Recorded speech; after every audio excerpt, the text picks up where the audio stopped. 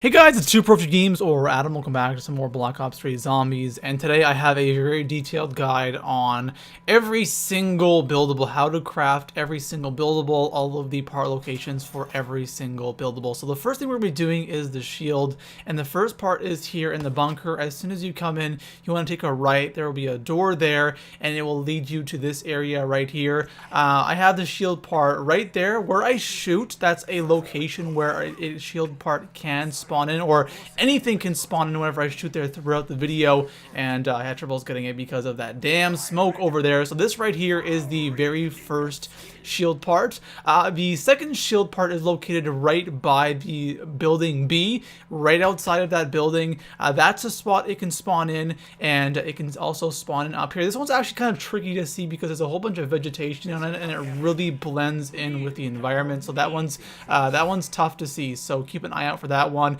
And the last one is right here underneath building A. It was right there by the Kuda, or for me it spawns over there like all of the time. So that is the shield done.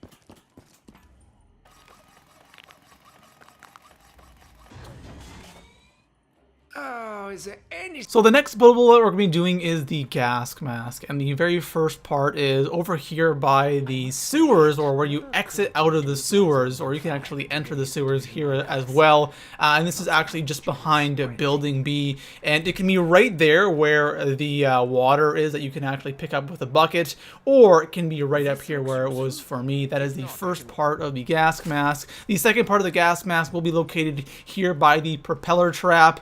It's a whole bunch of wires, and it can be scattered around this area. Just keep an eye out for it. Mine was sitting on the rock over here, and again guys, if it's not where I have it, just keep looking around the area. It will be in this specific area. So there is my second part for my gas mask, and the third and final part is actually by the zip line here, and you guys can see it on the table right there. It will most likely be there for you as well. So that is the gas mask complete.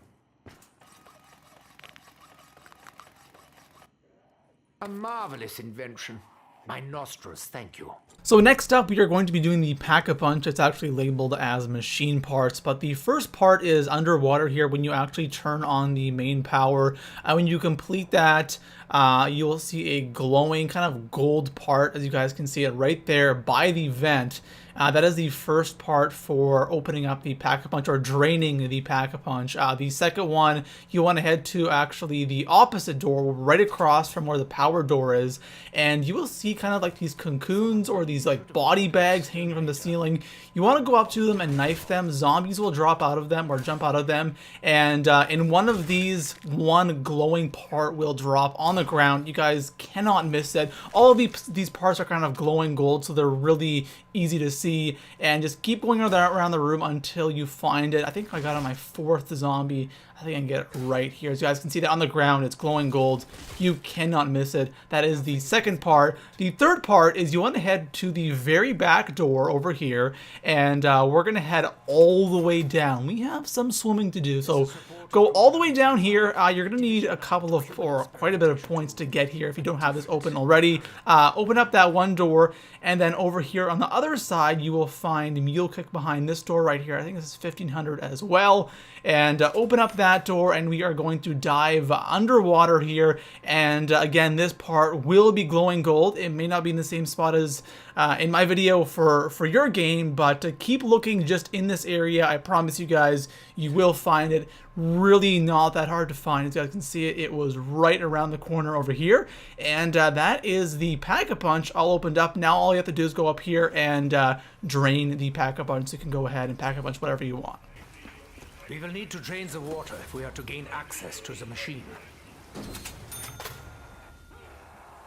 So next up, we will be doing the KT-4, the Wonder Weapon. Now, the first thing you want to do is come to Building A, and you want to come up here by where you actually put the water to turn the power on, and lower the cage through that control panel, and you will have the cage lowered here. It will be opened up, and it will be glowing purple. Now, you can wait for a spider round, or if you're in the higher rounds like I am here, spiders will actually spawn in throughout the round, and they will actually, one of the spiders will go into that cage, come back up here, press square, spider will come up, and this drill will kind of extract this purple gel or purple goo from the spider. Go up to that and press square when it's done. That is the first part. Now the second part, you will actually see a glowing zombie. You guys can see that right there, and that will be the second part. I find I always get this after I get the first part for the KT-4. And the third and final part for the KT-4, we actually have to go back to where we got one of the parts for the Pack-a-Punch,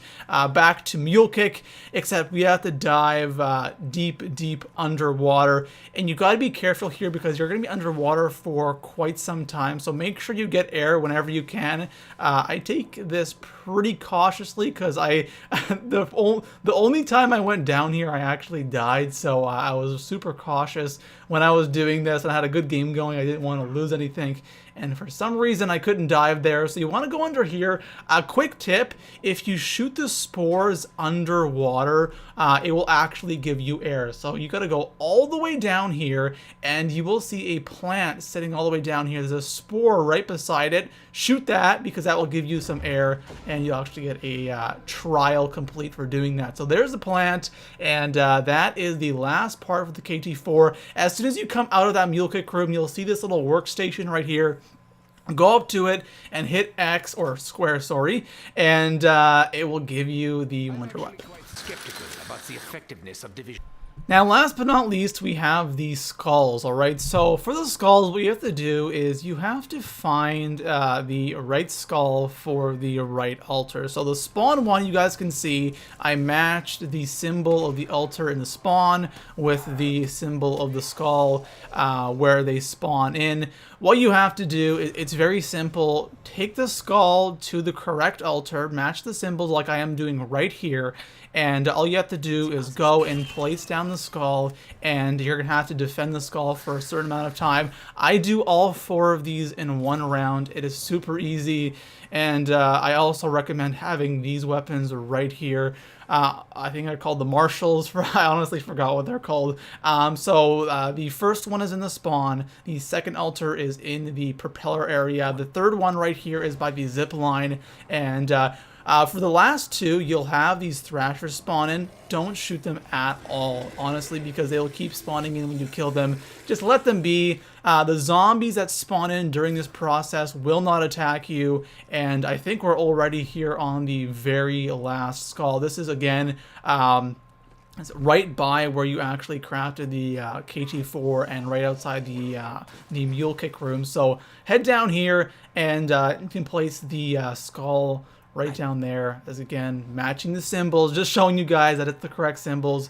I got it all good, and I picked up the skull. Take it back. When you place the 4th skull back there, what will happen is that tree will float away and a staircase will open up down here, and all you want to do, go up to the center of the room. There'll be a skull floating in the middle. Press square, and some keepers will spawn in. Now, if you're playing solo, only 3 keepers will spawn in at a time. It's really easy. Go ahead and kill them. It's super simple to train in here. The more players you have, the more keepers will spawn in. So if you have more than, or if you're not playing solo, if you're playing 2, 3, or 4 players, make sure only 1 player comes down here and does this. It makes things a lot easier because it gets pretty hectic when you have 2 people training in here. It's perfect for just having 1 person training in here. I've downed a couple of times doing this with 4 players. It just doesn't work, so make sure only 1 of you is down here. But again, in solo, it is literally no problem, especially if you have the marshals, because these things are super OP. I didn't even have double tap 2.0 for them either, so these things just melt them. Actually, everything melts the keepers. The keepers have super low health, and they die really with anything like within 1 or 2 shots. So I'm not exactly sure how many kills you need. I think about 15 or 20-ish kills of these guys. I think these are my last keepers that I have to kill. And the portals will disappear. You can go up to that, pick up the skull, and you are done. So anyways, guys, that is all for now. If you enjoyed the video, make sure to leave it a thumbs up, and subscribe for a ton of Zetsubou no Shima gameplay. Peace out.